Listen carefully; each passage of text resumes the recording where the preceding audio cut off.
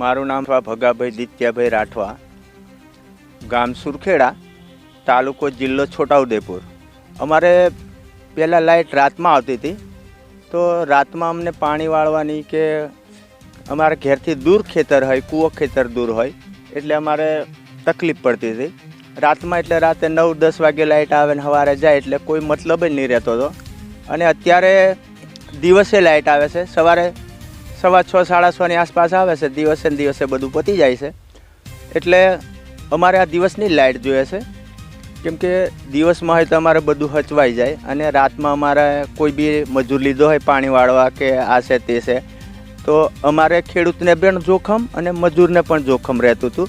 અને અત્યારે સારું છે દિવસે લાઇટ કરી છે, એટલે દિવસે લાઇટ આપી છે, એટલે સરકારનો ખૂબ ખૂબ આભાર.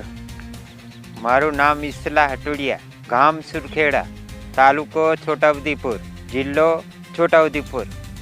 પહેલી રાત્રે લાઇટ હાલતા બીક લાગતી હતી, રાતે લાઇટ આપે તે, અને દિવસમાં લાઇટ હાલે તો કોઈ જાતની બીક નહીં, પગમાં દેખાય, બધે દેખાય. વાઘ વરુ આવતાલા એટલે ખેતીમાં ધાક લાગે છે એમ.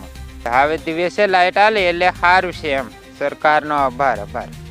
મારું નામ રાઠવા જયંતિભાઈ રામસિંહભાઈ, ગામ સુરખેડા, તાલુકો જિલ્લો છોટાઉદેપુર. અમારે જે લાઇટ પહેલી રાત્રે 9 વાગે આવતીલી અને સવારમાં 5 વાગે જતીલી. એમાં અમને તકલીફ પડતીલી કે રાત્રે ખેતરમાં અમારે પાણી વાવવા જવા, એટલે જાનવરો કે દીપડા કે કોઈ સાપની એ બધા અમારે જીવ જોખમમાં હતો. અને હમણાં આ સરકારની અંદર દિવસમાં લાઇટ કરી એટલે બહુ સારું છે. સવારમાં 6:30 વાગે આવે છે અને દિવસમાં બપોરે 1:30 વાગે જેવી જતી રહી.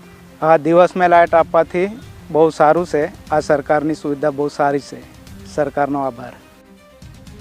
મારું નામ છે રાઠવા રાહુલભાઈ પારસિંગ, ગામ સુરખેડા, તાલુકો છોટાઉદેપુર, જિલ્લો છોટાઉદેપુર.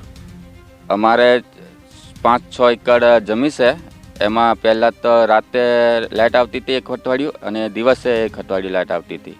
હવે અમારે દિવસે લાઇટ આવે છે, સવારે લગભગ 6 કે 5:15 લાઇટ આવી જાય, અને બપોરે 2 વાગ્યાની આજુબાજુમાં જાય છે.